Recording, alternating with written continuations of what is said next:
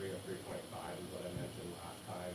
The state does want to see you bond to your capacity, so it doesn't have to be up to the exact dollar amount, but 90% or so really there.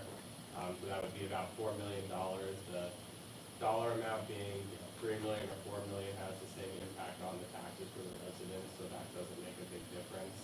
But if you look at the middle column, that kind of gives a middle set of boxes, that gives an estimate of what it would cost residents on a monthly basis. We took a look at the average home value or property value in Clayton and in Union County, and then we just gave some estimates on the low and the high side to help get these numbers. Residents pay their taxes on 1/3 of the property value, and so you'll take $100,000 and then their tax on 1/3 of that $100,000. It ends up being, based off of our projection, it's about a 2.5 mil increase, so that's why I gave the 2 and the 3, because the debt schedule would go down after 4 years. It's just a 4-year period that the residents would have to be committed to raising the taxes on themselves for, and then it would go back down to that 7 or 8 mark where it's at currently. So for most people, it'll be somewhere between $4 and $8 on a monthly basis that they receive for their tax increase. And then a whole school right now costs somewhere between $50 or $60 million. If you were going to do a complete replacement, that's talking things to the ground and rebuilding, that means you as a district would be responsible for $4 million, and the state would be responsible for funding the other $40 million. Versus a small project that costs maybe $6 or $7 million, you would still be responsible for your $4 million, and then we do the other 2 for it. You wouldn't necessarily have to raise your taxes a whole lot to do that project on a smaller scale. There might be a slight increase, but not as big, maybe $1 or 2.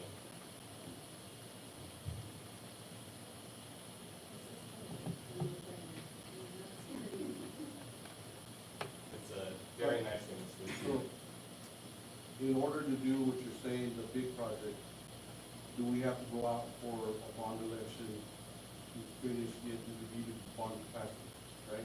That is correct, thank you. Yes, so the school district would have to ask voters for an election. That could be November of next year on the regular election cycle. The other option would be a special election. We're too close to November of this year, so because of the blackout period, I think the earliest special election window would be March of 2025. And then you as a school board, you're not the one raising taxes, you're just proposing the idea for residents. We can do an FAQ on the website where we list out some of the benefits to doing a renovation of a large scale and show some of the matching dollars that you can receive. We can do town halls or have people come to the board meetings and answer questions. I can be there and talk them through it, so it's not like there's a quick turnaround where it would be a surprise. There is a little bit of an added cost if you did want to do the March special election because ballots have to be mailed. It's maybe $5,000 or $10,000 extra just because you have to pay for all the stamps for people to mail the ballots back. But it does sometimes work to your benefit having ballots go directly to people's mailboxes and they have a week or 2 to send it back rather than asking everyone to show up on a certain day and voting them free that day. And that part of when the election is, that can be secondary too. That we don't have to decide tonight. I think the main thing would be just, is the district interested in pursuing that option with the PSFA? They do have an application window that's open from July 1st until September 30th of every year. So if we wanted to start the process now, we would have to make the decision probably tonight, and then superintendent and I would work over the next couple of weeks to get that application in with the PSFA by the end of September. The other option would be having the election first and submitting the application next summer. The one difference there is that there's just a lot of school districts right now who have the same idea, and the sooner you get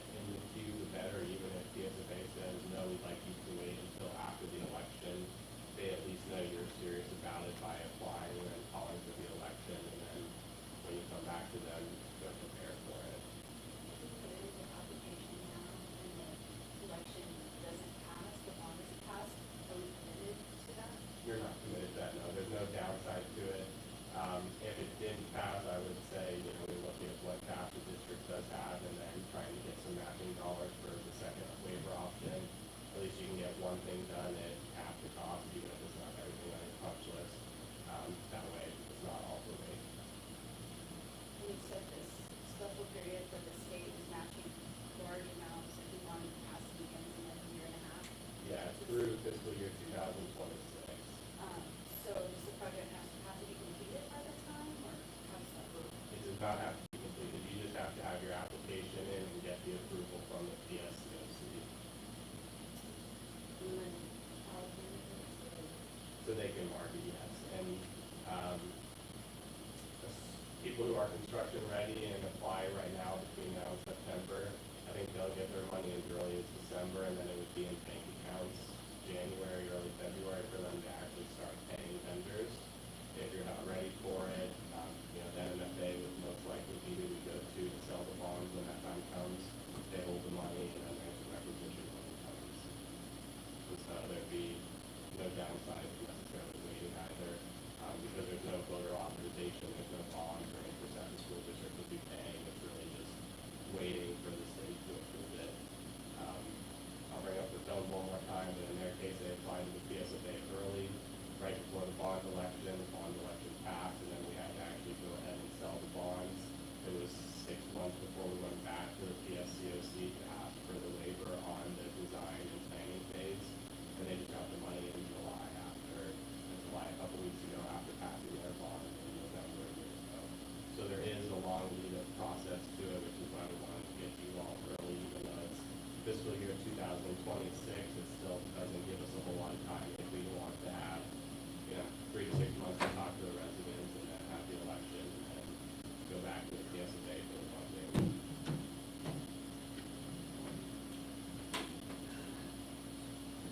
Thanks for making that so clear. That I totally makes sense, and that is not what you knew as much as. But that breaks it. So then the first thing we need to do is file that application. Yeah, and for you as a board, you wouldn't necessarily have to do it. That's something the superintendent and I do. It's just an intent to apply. It's relatively short, and it just has to be in by the end of September. I think the main thing we would want to know is that you are serious about pursuing the option, to apply to PSFA, and then that would involve bonding and probably some construction over your project here. It doesn't have to be, a new building either. It can just be a lot of repairs or renovations if that's what you all decide is best. They'll still fund, anything over your bonding capacity if you did max out. And so you wouldn't necessarily have to decide what projects you want to do tonight either. That's something that we probably want to have a better feel of before we start to do town halls and talk to residents. But as far as PSFA is concerned, for that initial intent to apply, we can outline it loosely and refine later. In order to say or not say that we want to file an application, does that have to be an action item? I don't think so. I think it's just because it's not like we're not buttoning something. This is the same thing as what I did for the money for the old junior high. We just have to get like, get that application, get it going, and then we have to determine what it is with the major project that, you guys would want to do and so forth, and, Major and over little ones. yeah. So that would be a work session later. But, like you said, we would still have to, we would do the application now, but we still have to have that election bond capacity, so that we can get the bigger one done. And, I've been doing some thinking, and just an example of it. I don't know if, my understanding is they tried to go for a new school in the past, and they didn't go.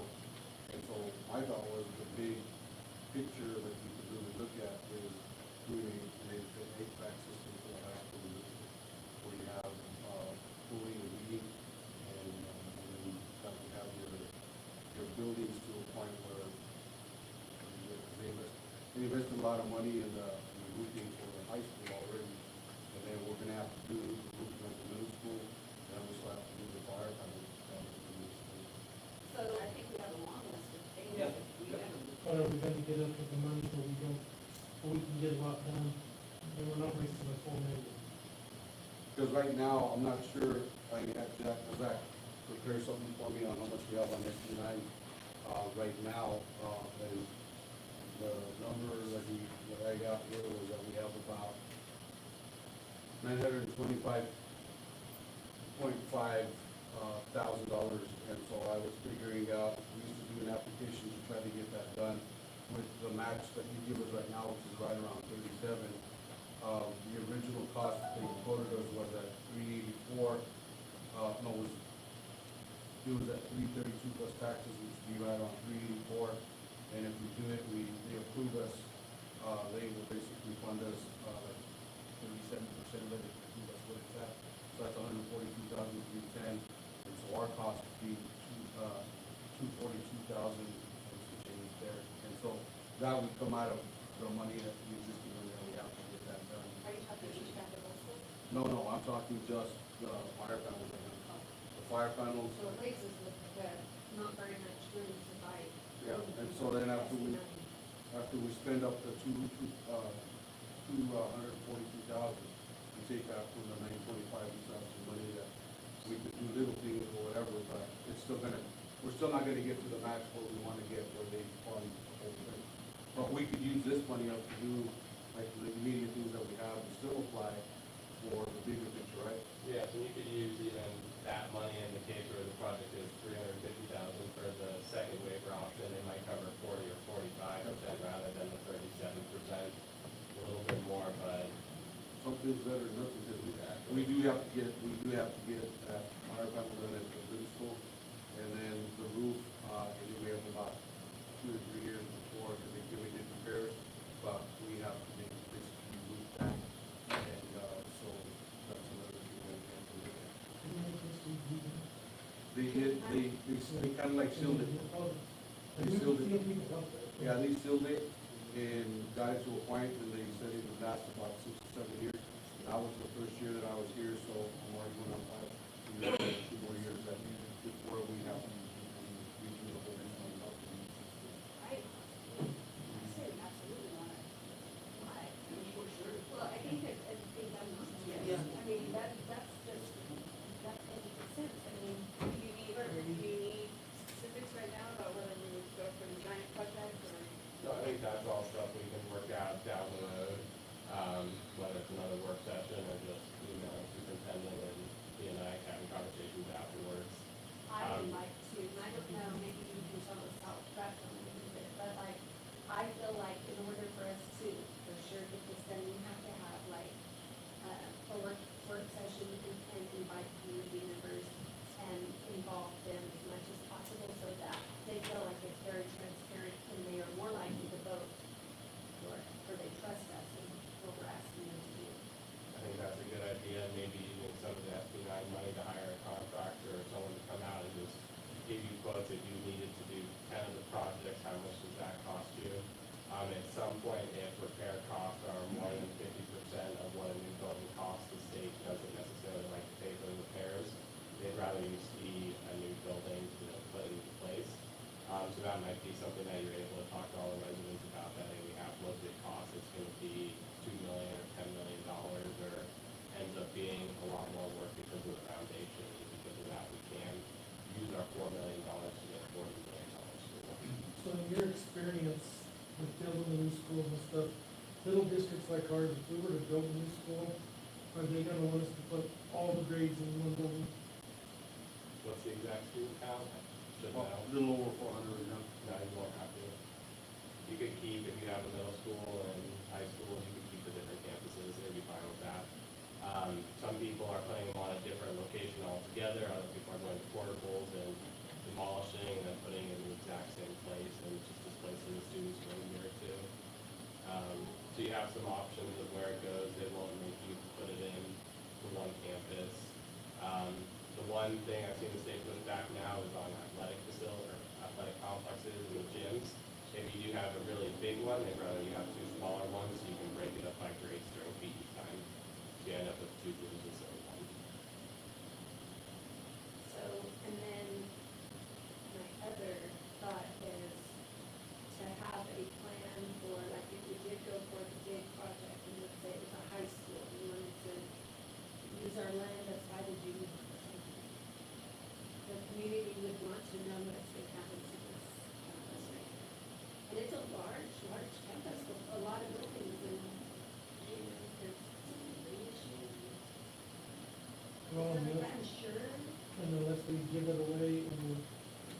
sell it to somebody, we have to maintain it because it's a school.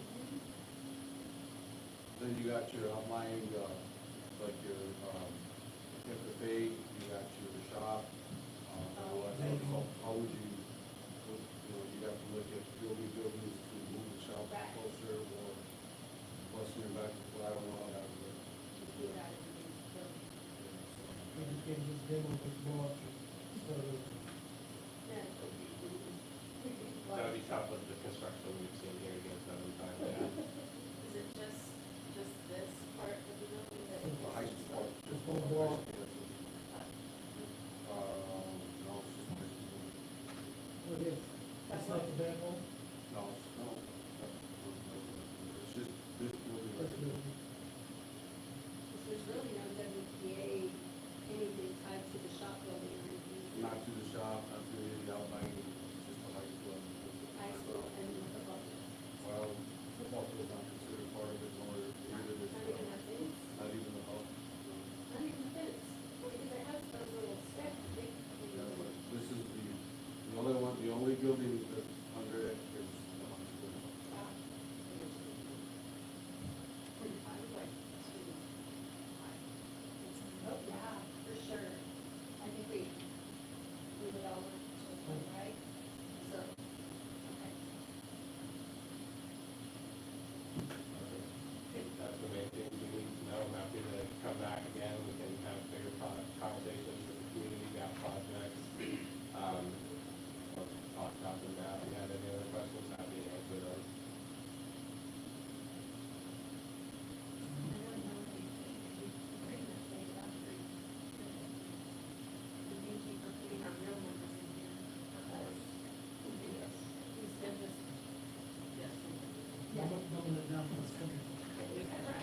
When I look at anything that does have big branch farmland, they'll be at a lower tax valuation too. They're not at a third of the property value. It's somewhere like $2 to $3 an acre, I think is what I saw for Union County. So they still will have, they have a lot more land, they'll probably have, maybe more than a $4 increase depending on the size of it, but it will not be as big as anyone thinks initially. So I think that's one good thing to remind them is everyone's paying their share of it. Businesses have a slightly higher tax than the residents do, and that's one way that we can help offset it. So it's not just the community paying 100% of it, it's businesses, the state, and the residents.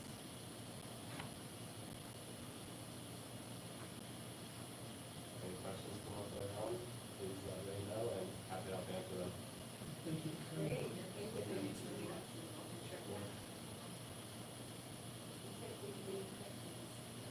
Okay, so we filed the application, and then do we have to let them know, like, this is when we'd like to have a special election, or we'd like to, we need to let them know right away, so that, would that like push things along? It will probably help. I don't think PSSA they won't be the ones who need to know first. You guys would have to decide what the process is you want to pursue, and then letting the county clerk know they're the ones who would help call for the election. They're the main person who would know. The special election has to be certified, I think, 70 days before, which puts us right around Christmas and the school break, so we would probably want it to be an action item at probably the November school board meeting, where you all would have to call for a special election if that's the route we wanted to go. That's when I think the next kind of formal action item would be needed. And then from there, we could do community events, I think, maybe before, so they're not blindsided by you calling for it. Maybe having it as a discussion at the October board meeting, and then having it as the action item in November would help be a good way. And then from there, we have another almost 4 months until March to have those conversations with community members, to make sure everyone knows what they're voting on. Again, it comes at a slightly higher cost, maybe $5,000 or $10,000, but that can be paid out of or bond proceeds towards the end as well. So it's not necessarily going to drain the operating funds too. And so do you form like a steering committee to those projects, or do you like, or is that way down? It's however you want. There are people who have their 5-year facility master plan that says you need to do everything in the school. And for them, it's pretty easy. They don't need a steering committee. They just say, okay, we need a new school building because it's more than a 50% replacement cost. other people, yes, they will go ahead and have a committee, that way we can get community input, usually there's one board member on there, to help relay what's happening in your community and bring it back to all of you.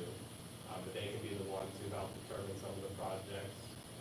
Don't give them too much latitude, you still want to be the ones who have that final decision-making power at the end of the day, I think, because they're the ones responsible or partly responsible for the students, so getting their input is important, but if you guys know certain things need to be done and a roof is more important than a new football field, you have to be the bad guy sometimes too.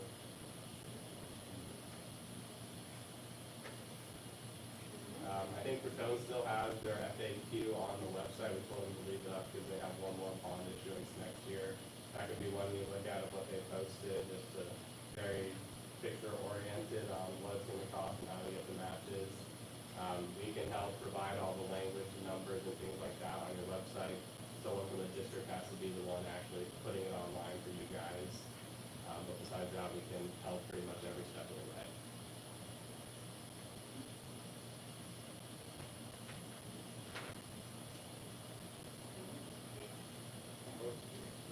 So, do you have the application that you need? Well, we gotta call, what's her name, Ramos? Yeah. Ramos, yeah. Let her know, and then the application's not due till the end of September, so we have some time. But we'll touch base tomorrow and make sure they know. Great, great. Alright. Thank you. Thank you. You leave the oven. Gosh, it's so lucky. I was gonna make a suggestion for the board meeting, you want to move it into the conference room? Is it what? We have, it'll be a lot cooler. After I leave you off of that? Well, I mean, you're on a roll, man. Is that hard to get I couldn't on that? stop you, you're just. Do you want me to turn this off? Okay. We're, No, we're not quite done yet, you gotta make sure. Yeah, sorry. That you guys Sorry, want to. Kevin. And can you move it if it's not posted 72 hours in advance? It used to be the old one. Yeah, I guess we can.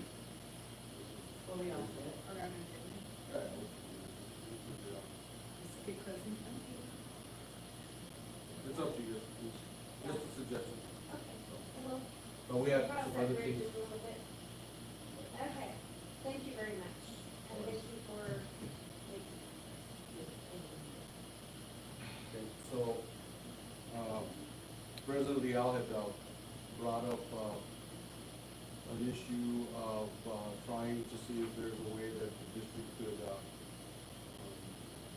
do a 2% raise on top of the 3% raise for employees.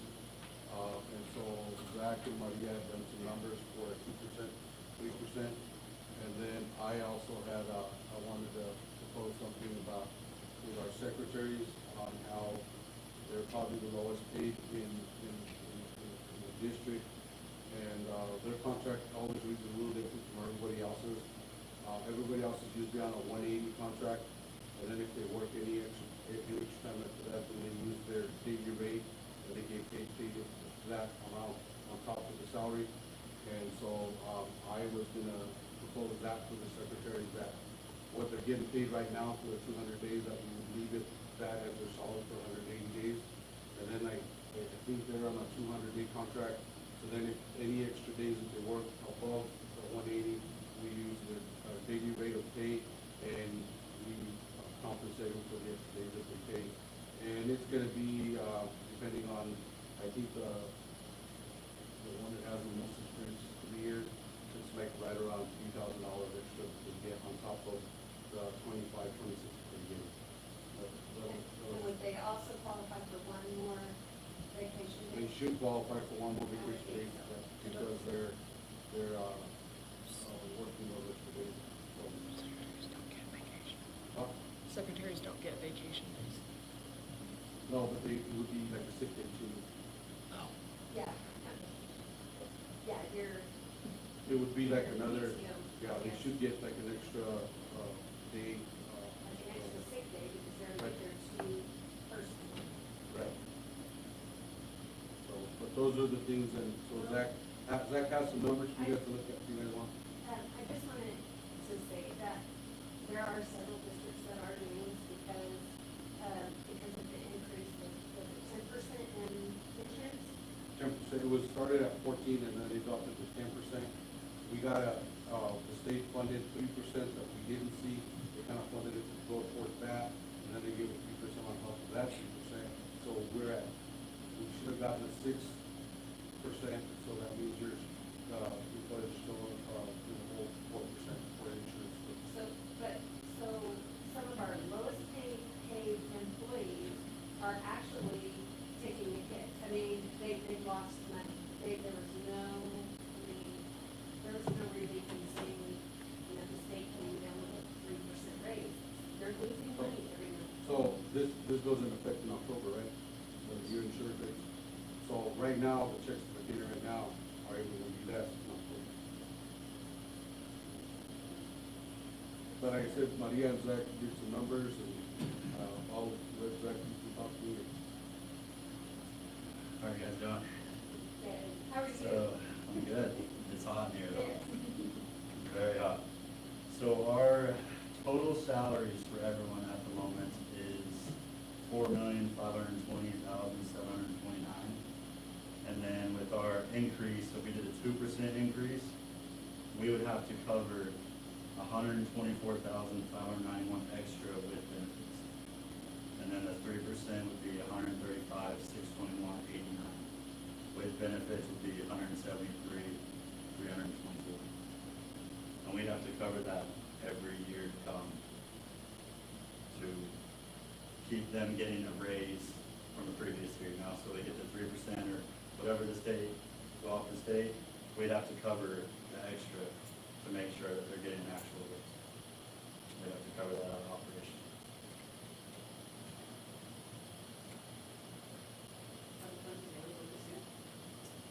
This year, yes, but we don't know about down. And that's the thing, you gotta make sure it's down the road, because you don't have to close the roof on it. So I do know, whenever I went there, we had this discussion, that part of my salary was paid out of Title I. Yes. And so I know that there's still employees paid out of Title I, are there employees paid out of Title II? I believe so. Don't those funds increase, from, they look at your prior year expenditure and Title I or Title II money, and then don't those increase for the following year? Yes, ma'am, I believe so. So like if it showed that we were,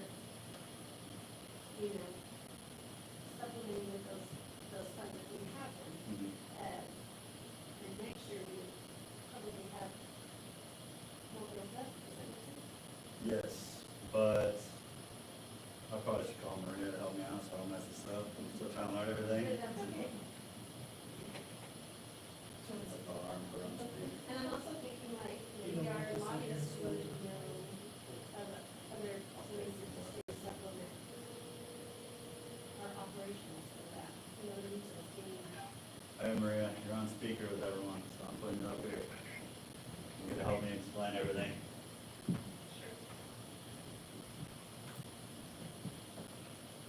Hi, Maria.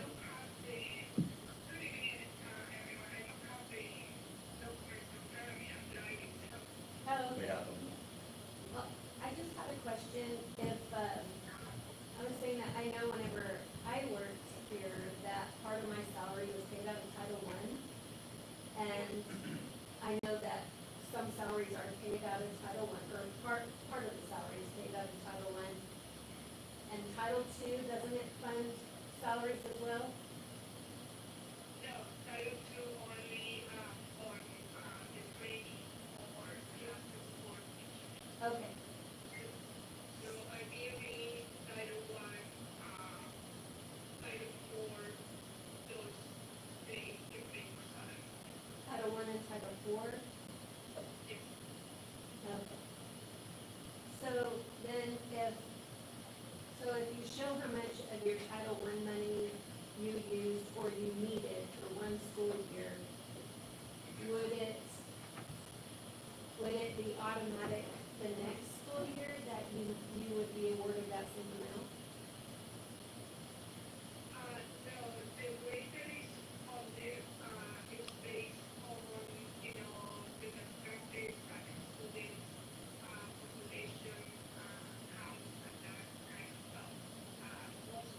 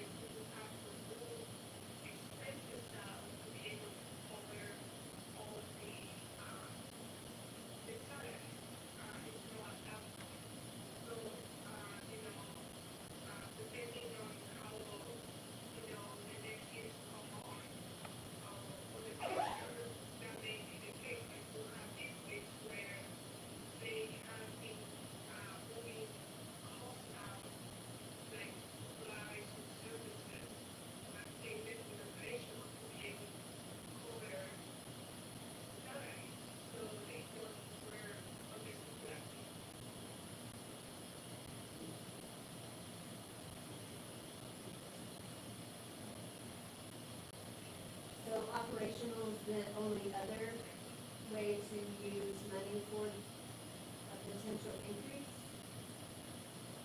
Yes, so, like I said, for example, probably, you're not paying a salary title one, you're paying salary title four, salary title. Right now, if you having to approve the increase, those funds would potentially be paid for the increase. It wouldn't be a totally, operational fund.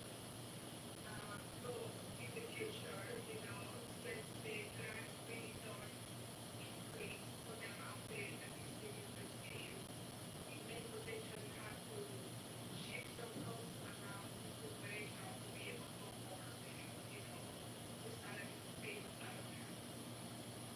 Okay. Well, I guess, I mean, I don't know how other districts are doing it, but I do know other districts are, increasing because of the insurance, like they're adding another 2 to 3% for, on top of the state's 3%. So, and two, when you think about little areas like Clayton, teacher retention, and you gotta pay people sometimes to retain them, so. Yes. So what I see, because if you think about it, on the last 5 years, probably, teachers have been receiving, more than 30% increases throughout the year, the last 5 years. So, and then the regular staff at the school, they haven't received those kind of increases. So what I have seen in other districts, like, for example, secondary custodians, things like that, they either have been giving a little bit more raises, or also they have been covering more for the benefits. For example, instead of doing, like, a 30/70 coverage on the initial benefit for the job. They are doing, some of them are doing 20/80, other ones are doing 10/90. So to kind of compensate for the increases, are not proportional with the salary. That's what I have seen. So mainly focusing on the lower paid employees?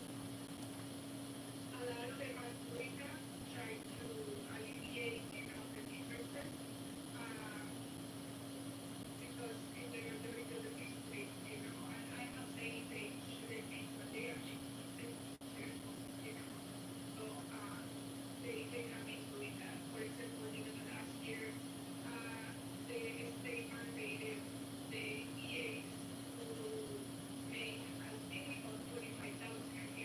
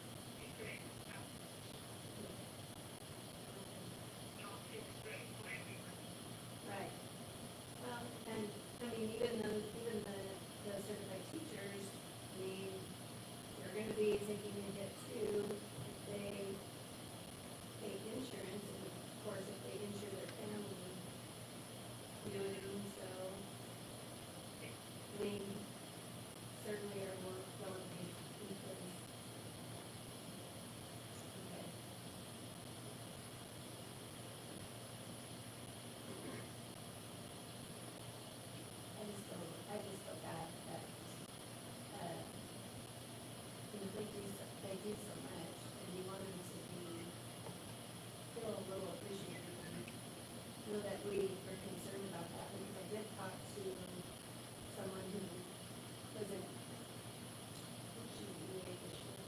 Anyways, because she did, because she has insurance, like, it's gonna be a $200 hit for her, she's gonna lose $200. And they're already some of the lower paid, employees, so $200.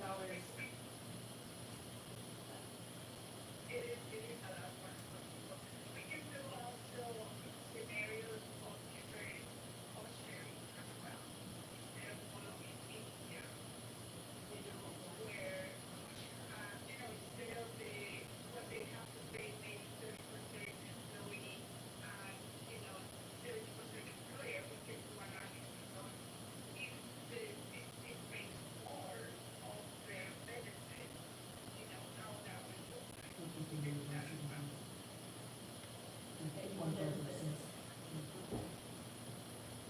Okay, so then if this doesn't take effect till October 1st, really we could have in the next board meeting, like, we can still talk about it and then for sure try to make a plan by the next board meeting. Would that give you guys enough time? Like, because that next board meeting is what, September 18th or something? Yeah, we can do that. Yeah, So that would give you enough time to adjust that for their, for October? yeah, they just have, like, if you're talking about, like, increasing how much you pay for the benefit, they got this done, they can put it, so they can Okay. figure it out. Okay. Yes, if you could give us those numbers, we appreciate that. That would be great. Okay. Thank you very much. So I just have a question about, like, we're taking this amount, you said, I think it was out of operational. Where are we taking that from? Like, what are we not buying with that we would have been using? So most of our budget is supplies and material, and then we have a maintenance fund as well, but that's just usually like our cash that we have left over. If that makes sense. For extra. Yeah, just for anything we would need on the district Christmas days. So we quickly dry out that. There's really not much wiggle room when something pops up.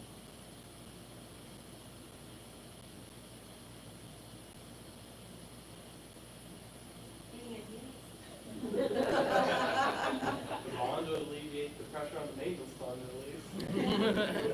More money from operations and salaries. Right, and doesn't HB 33 alleviate some maintenance monies too?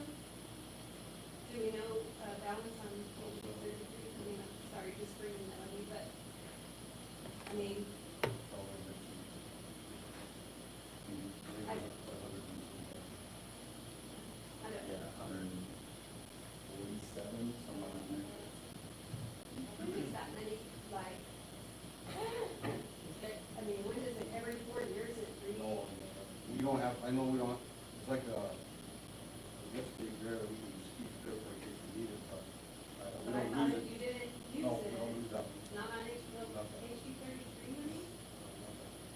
Which is I don't believe so. I can look into it. That put, because when I started, that's the one that George showed me, that was there, and he said, that's one we gotta read up to everything. But you still have to put it on the ballot every 4 years, right? So that the voters say, yes, you can do something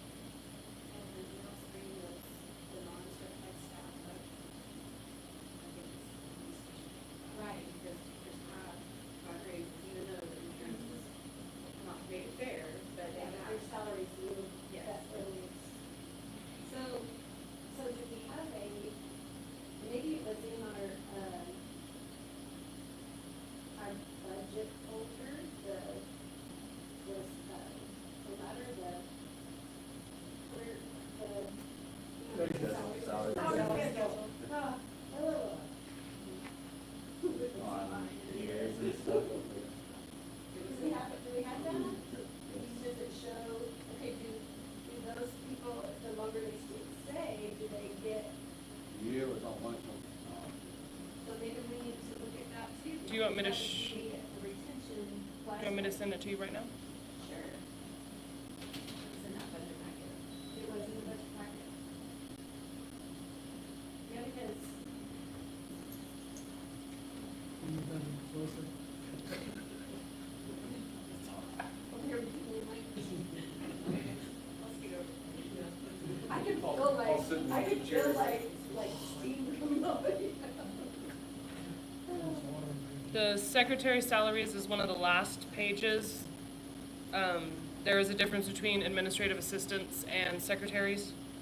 And then EAs, you're gonna see two of them. We have to keep the old one because we do have people that were on that salary schedule before the state mandated the 25,000. So we do have two EA schedules, just so you know.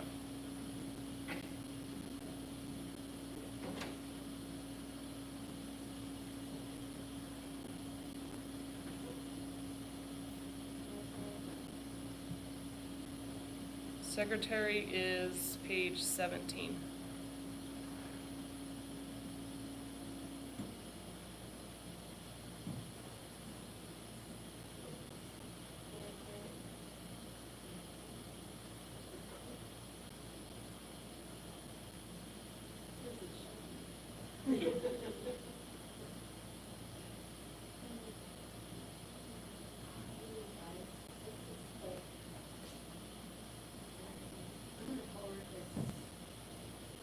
I just shared it with you too, Jana. You guys wanna look at it?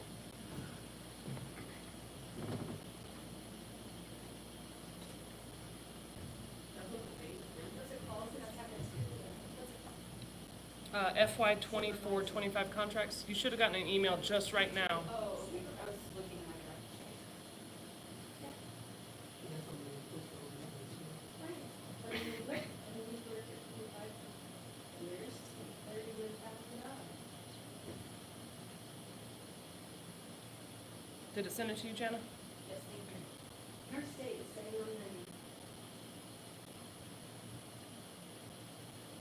Shame, that's sinful.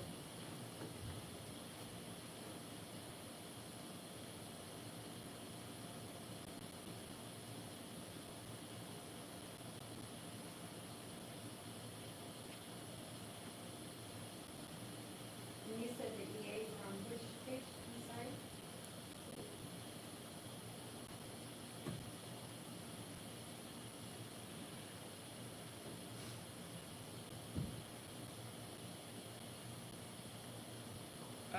The first one is on page 8, and that's the original salary schedule. Like I said, we gotta keep that for the people, because some of them, it would have worked out where it would have been less if we would have taken them to the 25.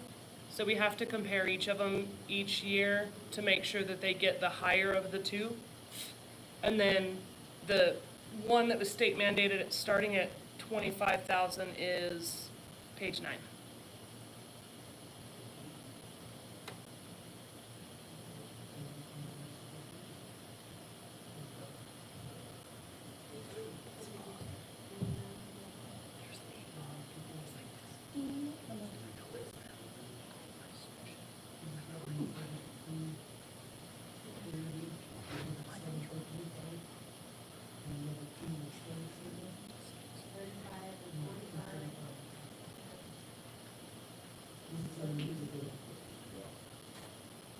Okay.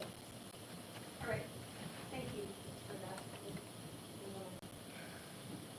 You ready for me to turn this off?